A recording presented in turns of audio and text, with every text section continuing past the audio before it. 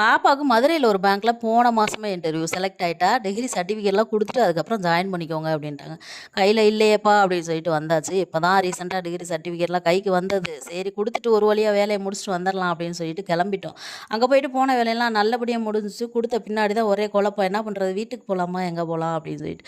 பாப்பா வந்துட்டு மீனாட்சி அம்மன் கோயிலுக்கு போலாம் ஒரு எட்டு அப்டின்னா, நான் போனதே கிடையாது. பாப்பா நெறைய வாட்டி போயிருக்கா. ஆனா மதுரை வந்து எங்களுக்கு 2 பேத்துக்குமே புதுசு. நம்ம திண்டுக்கல்லே உலகம் அப்டின்னு சொல்லிட்டு வாழ்ந்துட்டோம். மதுரை சைட்லாம் போனதே கிடையாது.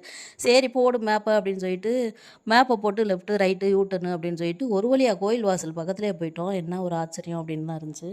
அங்க போனவுனே பாப்பாக்கு பூவெல்லாம் மங்களகரமா வாங்கி குடுத்துட்டு, அதுக்கப்புறம் உள்ள மொபைல்லாம் புடுங்கி வச்சுக்கிட்டாங்க. உள்ள போயிட்டு சுத்தி பார்த்துட்டு, அதுக்கப்புறமா வளையல் போடலாம் அப்படின்னு சொல்லிட்டு, அங்க வெறும் சிவப்பு, பச்சை வளையல் தான் நெறைய இருந்துச்சு. பாப்பாவுக்கும் வளையல் வாங்கி குடுத்துட்டு, அதுக்கப்புறமா நானும் வாங்கிட்டு, அங்கேயே சாப்பிட்டுட்டு, நேரா அங்கேருந்து கிளம்பிட்டோம். லைட்டா பசிக்கும்ல அப்படின்ட்டு, இடையில வேற இளநீ குடிச்சிட்டு, ஐயர் பங்களால மஸ்கோத் அல்வா, பால் அல்வா எல்லாம் பிரேம விலாஸ்லாம் வாங்கிட்டு வந்திருந்தோம். கோயில் பிரசாதம் எல்லாம் பாப்பாவுக்கு எடுத்து வச்சுட்டு, அப்படியே அல்வாவை எடுத்து வச்சுட்டு, கோயில்ல குடுத்த மாலைய பாப்பா புதுசா ஒரு வண்டி வாங்கியிருக்கா. அதுக்கு போட்டுட்டு, இந்த நாள் இனிதே முடிந்தது அப்படின்னு சொல்லிட்டு ஓட்டியாச்சு. இந்த நாள் இனிய நாளாக அமைய எல்லாருக்குமே வாழ்த்துக்கள். மீண்டும் ஒரு வீடியோவில் பார்க்கலாம்.